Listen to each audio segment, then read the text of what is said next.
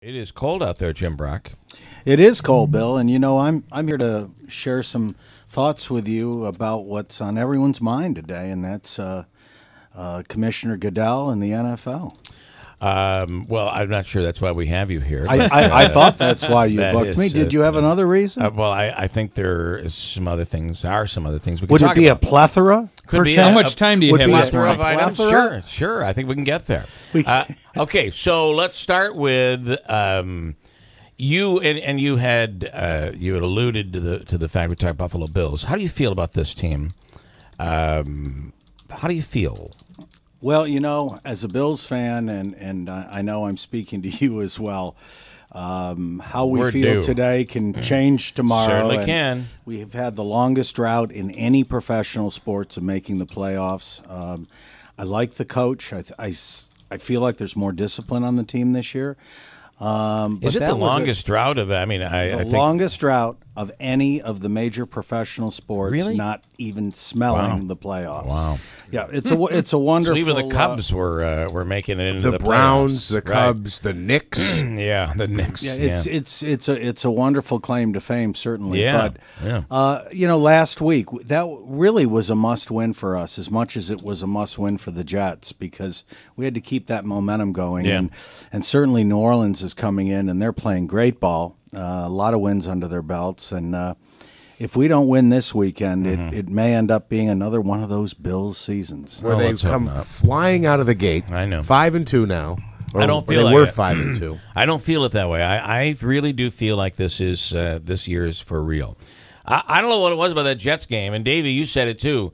We all thought that was going to be a bad game. You just had a feeling that was going to be a bad game, and I'm feeling pretty good about this Sunday. But this Sunday is a must-win. I mean, you gotta keep rolling on here. I mean, well, you know, we're playing a dome team, so we need sleet, rain. We need a really nasty Buffalo Well, day. that could be the case this weekend. And by the way, you were, as a Bills fan, but you were like all access. I did not know this. I was blessed to spend about 45 or 50 years of my life with Ralph Wilson and his family and the team. In the box. I mean, Jim, you had seats, which, by the way, were wonderful seats, which you let me use once, and then apparently I did something I could never use them again. But and then, you know, you'd be somebody could sit in your seats and you'd be up in the box.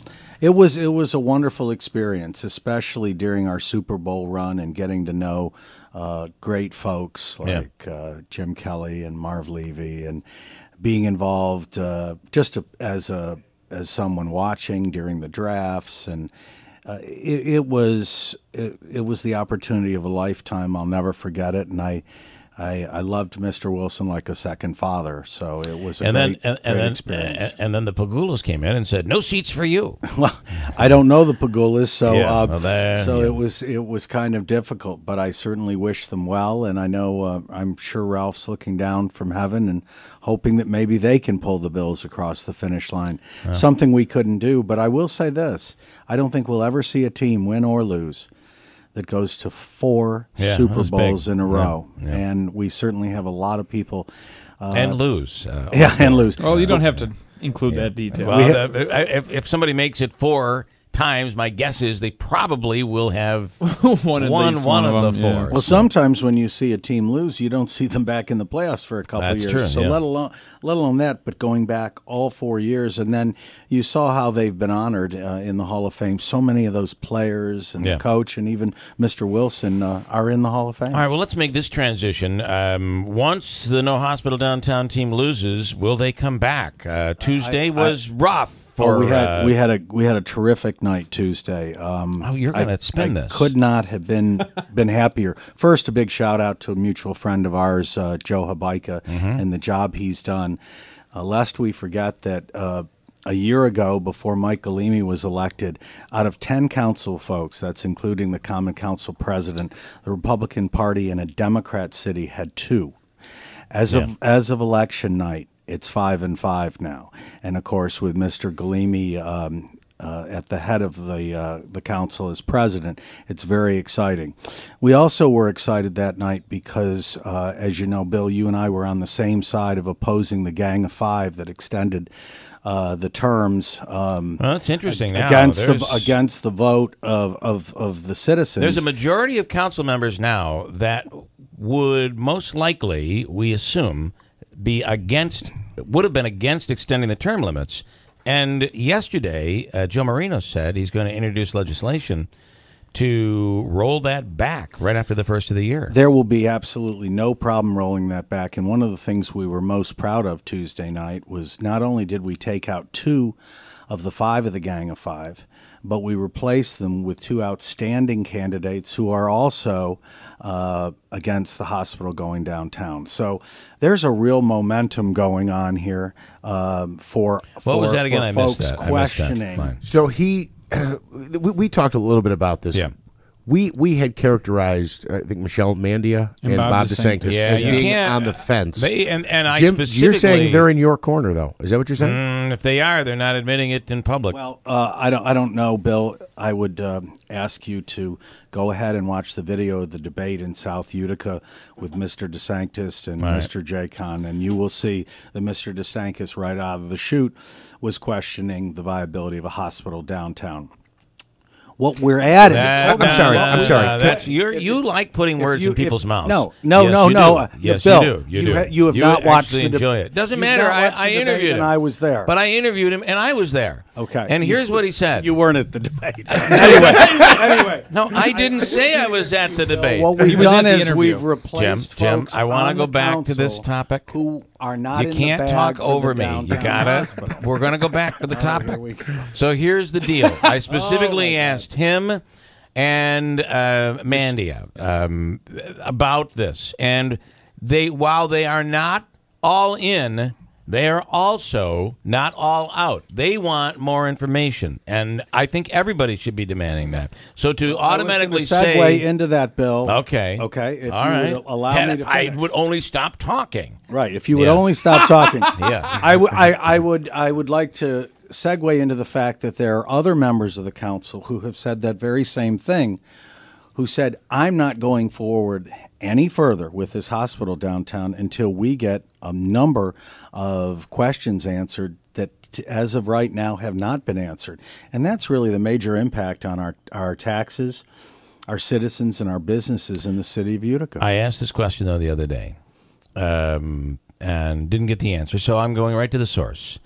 And even you said it, and certainly Jim Zecca said it, that this election, wait till you see what happens on Election Day. The people of Utica are going to speak out, but your no downtown hospital candidate's lost. You know, let me put it this way, Bill.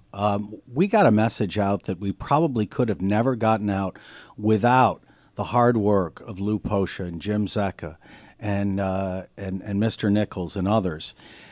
These and I don't think they're going to go away either. And they're not going to go away. And to their credit, and Mr. Frank Gentile and others, to their credit, every single one of them either called or texted me after and said, listen, this wasn't about me getting elected. I assure you we are still fully engaged with No Hospital Downtown and want to help you as much as we can. But going back to the mandate, I know you're giving me a Habaika roll of the eye. Going back to the mandate, Joe, call in, please. You guys said this was a mandate, and you got beat. And the turnout, of course, Posha's, well, I should say, is it who's McNeil? McNeil's that district. There's not. I don't think there are a lot of people that live in that 10 district. people who live there did show up, Bill. Okay. But let's talk about that though. Okay. You had a really well financed candidate. They own obviously the landmark Ocean Blue, a very popular name in town, and a first timer, Lou Posha, with very unfunded. Had every roadblock put in front of him, and he ran a wonderful campaign, and he carried the message very well, and it's unfortunate. A heavily Democratic district. The same thing happened in Mr. Nichols' district. Yeah. Heavily Democratic, a real uphill battle, and again, a first-timer, but a fresh face, new ideas coming on. And first-timer Jim Zecca. And I don't think Jim Zecca is a first timer. Oh, right. I'm sorry. But I will tell you, I don't know too many people more passionate about the city of Utica, and I know you know that. You may not always agree with Jim, and maybe on some things I don't always agree with him on. But I think I don't know too many people who have more passion and more love for the city and the area and the region than Jim Zecca does.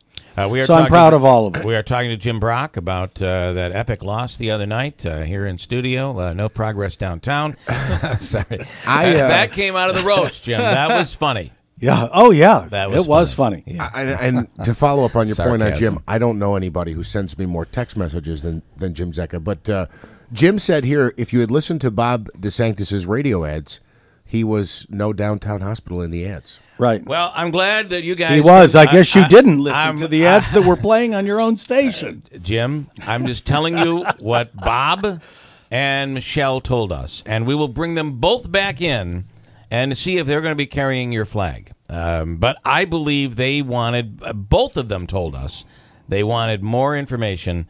They weren't all in by any means, but they also were not all out. Neither of them will go forward with a hospital downtown unless that information is brought forward. So that, you know what? Don't you think it'll come out over time? No, they're going to do that. It's going to be a giant mystery. They're going to build the hospital, and it's going to be a big surprise. They're going to pull down the curtain. It's like, voila, look at what we just built. No, that information is going to come out. It has to come out before it can go forward. Doesn't it? Has it come out in 3 years, Bill? It'll be coming out It has soon. been nothing but a shell game and smoke and mirrors for 3 years. Why are you about to put an end to it. Negative on this hospital?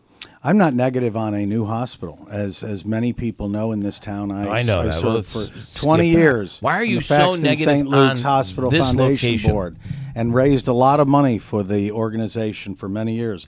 I love our local healthcare providers, doctors, nurses. They work really hard, and they deserve a new facility, and they deserve it where every penny of the $300 million will go to healthcare, and that's at the St. Luke's campus. Some would say that the board unanimously approved, Bill. Some would say, and who are those some, Bill? Some would say that you are trying to protect the value of your building at 1900 Genesee Street by removing the hospitals from South Utica.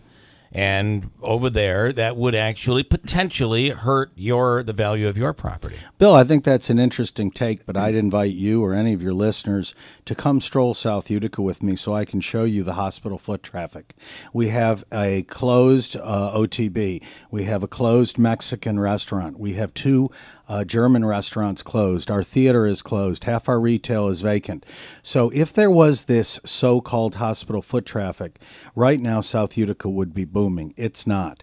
It's a fallacy that they're talking about. And no, I have no skin in the game other than a true love for my city. You do own that building. Of course I do. And it's right near the hospitals. Bill, even you going down that road is just so disingenuous, honestly. I'm just telling you, it's a fact. What? You know that it is my love for the city and downtown and my understanding of what brings back an urban core. And that is not the people who arrive at 8 and leave at 4 or 5. It is the people who come home at night. We're doing it successfully. Take a look at Varick. Take a look at Jenny. Take a look at Bagg Square. Take a look at Franklin Square. And we are now moving into the Columbia Lafayette Street corridor from each side. Look what we've done at the Odd. Exciting things. What will you do when this and I say when, I truly believe it's about to happen. I know, and you also supported Hillary, so I'm really happy. I didn't support Hillary. Yeah, the other side. I didn't support Hillary. Why would you say that? You also opposed Claudia, so Bill, please. Well, yes, hospital side. That I did, and I am not alone in that area. Bill, and you support by any means. They haven't won enough to get in the playoffs at 18 Are you years. just all upset because I didn't invite you to be roasting me the other night? Is that you're trying to come out here and roast me? It was just fun watching other people take shots at you, and it was an honor to be there because. My question for you though is I haven't forgotten my question. Your little rant there didn't make me forget. Joe Habaika, call in, please. Hello, Joe. How will you react when this hospital goes up? When it goes up at St. Luke's, I'll be one of the strongest fundraisers and supporters of it. Because we've asked this question of Brett Truitt, and Brett says he might move. He might actually move. Will you be able to contain yourself and actually visit the hospital downtown when it occurs and happens and is built downtown? Bill, you have a better chance of seeing Jesus than this hospital ever being built in downtown Utica. Okay. I want to write that down, put the date stamp on that. Jesus is in the green room. Yeah. And the last caller thought it was God who was going to be appearing tomorrow. Can I ask you, with the hospital going downtown, the $300 money the state allocated, if I were to say the governor wants it downtown, that's why it's going there, would you agree with that? I would agree completely with that. However, that being said, next year's budget, from what we can see, is a mess. We're talking about billions of dollars that they're going to have to come up with and figure out. I would not be surprised if come January or into the spring, we no longer see the $300 million in any budget.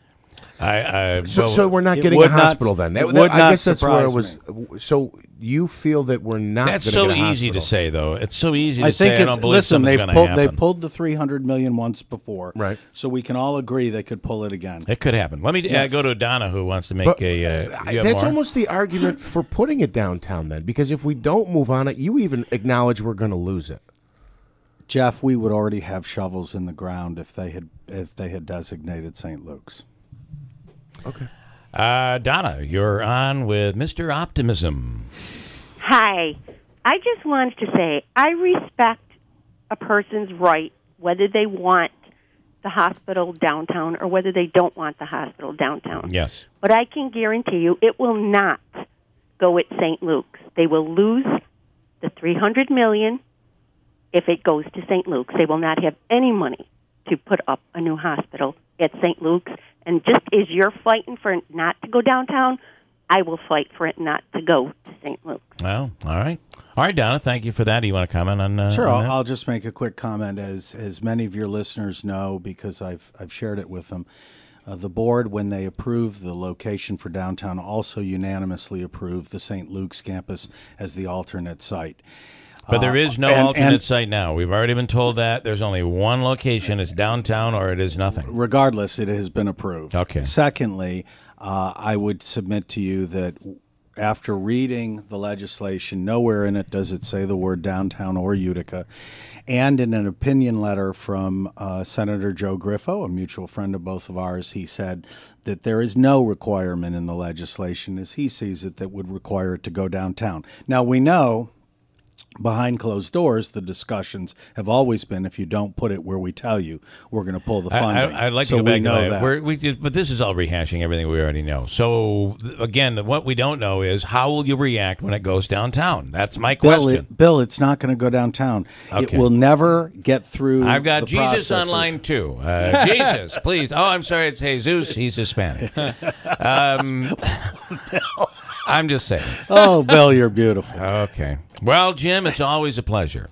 Well, it's fun to be with you all, and we will see what happens. Right. The battle rages on. Our candidates, the ones who were successful, will fight in their new political jobs, and the ones who came up a little short are fully on board with helping No Hospital continue the battle to save I've enjoyed our city. Watching you spin this epic loss on Tuesday, so I've enjoyed it. Bill, your epic loss is our epic gain. Okay. All right. I'm going to take that thought with me into the weekend. Please do. Oh, by the way, decipher it. It's got to be fast. I'm up against the clock. It is fast. We're going to do something very exciting at the Odd today for our POWs and those it looks missing in beautiful. action. I can't believe all this has happened with you actually on the board. I can't believe it's with progress. I got a break. I love you, Bill.